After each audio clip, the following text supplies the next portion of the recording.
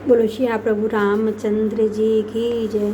श्री महेश और पार्वती जी को मैं प्रणाम करती हूँ, जो मेरे गुरु और माता पिता हैं, जो दीन बंधु नित्य दान करने वाले हैं, जो सीतापति श्री रामचंद्र जी के सेवक स्वामी और सखा हैं, तथा मुझे तुलसीदास जी का सबका से कपट रहित सच्चा हित करने वाले हैं, जिन शिव पार्वती ने कलयुग को देखकर जगत के हित के लिए सावर मंत्र समूह की रचना की, जिन मंत्रों के अक्षर बेमेल हैं, जिनका कोई ठीक अर्थ होता है और ना जप ही होता है, तथापि श्री शिव जी के प्रताप से जिनका प्रभाव प्रत्यक्ष है, वे उमापति शिव जी मुझ पर प्रसन्न होकर तथा कथा को आनंद और मंगल की मूल बनाएंगे।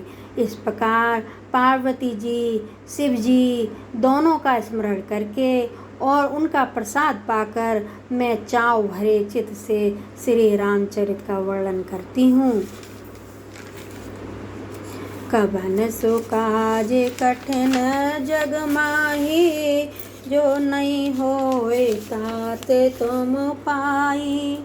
मेरी कविता शिव की कृपा से ऐसी सुशोभित होगी जैसे तारागणों के सहित चंद्रमा के साथ रात्रि शोभित होती है। जो इस कथा को प्रेम सहित एवं सावधानी के साथ समझ बूझ कर कहे सुनेंगे, वे कलयुग के पापों से रहित और सुंदर कल्याण के भागी होकर श्री रामचंद्र जी के चरणों के प्रेमी बन जाएंगे।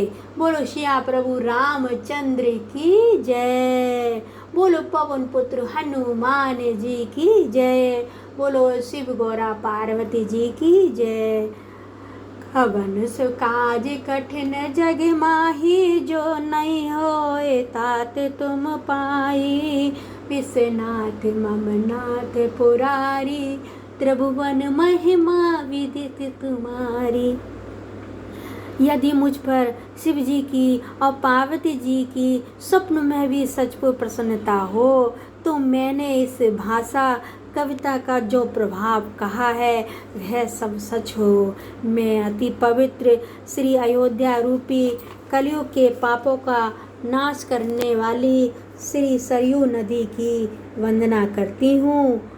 फिर अवधपुरी के उन नर नारियों को प्रणाम करती हूँ जिन पर प्रभु श्री रामचंद्र जी की ममता थोड़ी नहीं है, अर्थात बहुत है।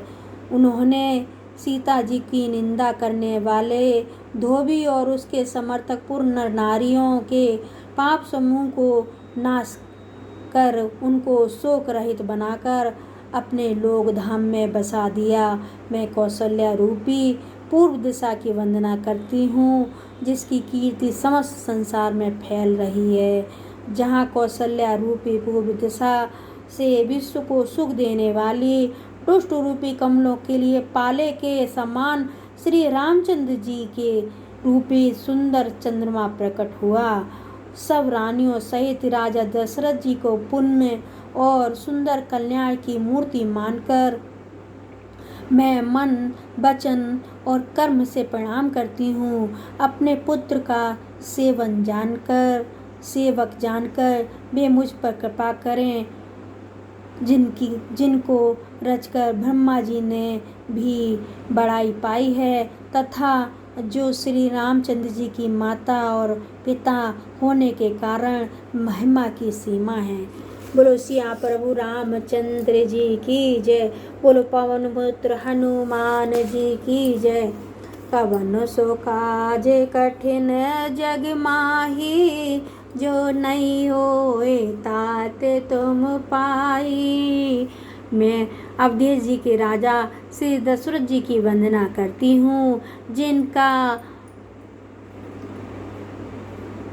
मैं अवध के राजा श्री दशरथ जी की वंदना का वर्णन करती हूँ, जिनका श्री रामचंद्र जी के चरणों में सच्चा प्रेम था। वो प्रभु राम जी हैं, जिन्होंने दीन दयाल प्रभु के बिछड़ते ही अपने प्यारे से शरीर को मामूली तिनके की तरह त्याग दिया था।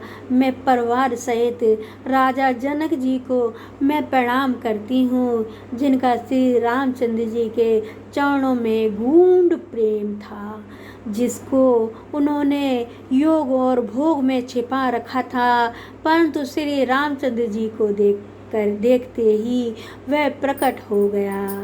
भाइयों में सबसे पहले मैं श्री भरत जी के चरणों में प्रणाम करती हूँ, जिनका नियम और व्रत वर्णन नहीं किया जा सकता तथा जिनका मन श्री राम जी के चरण कमलों में भौरे की तरह लुभाया हुआ है, कभी उनका पास नहीं छोड़ता। मैं श्री लक्ष्मण जी के चरण कमलों को प्रणाम करती हूँ, जो शीतल, सुंदर और भक्तों को सुख देने वाले हैं। श्री रघुनाथ जी की कीर्ति रूपी विमल पताका में जिनका यश दंड के समान हुआ है, जो 1000 सिर वाले और जगत के कारण 1000 सिरों पर जगत को धारण करने वाले शेष जी हैं, जिन्होंने पृथ्वी का भय दूर करने के लिए अवतार लिया है। बेगुणों की खान कृपा सिंधु सुमित्रा नंदन श्री लक्ष्मण जी मुझ पर सदा प्रसन्न रहें।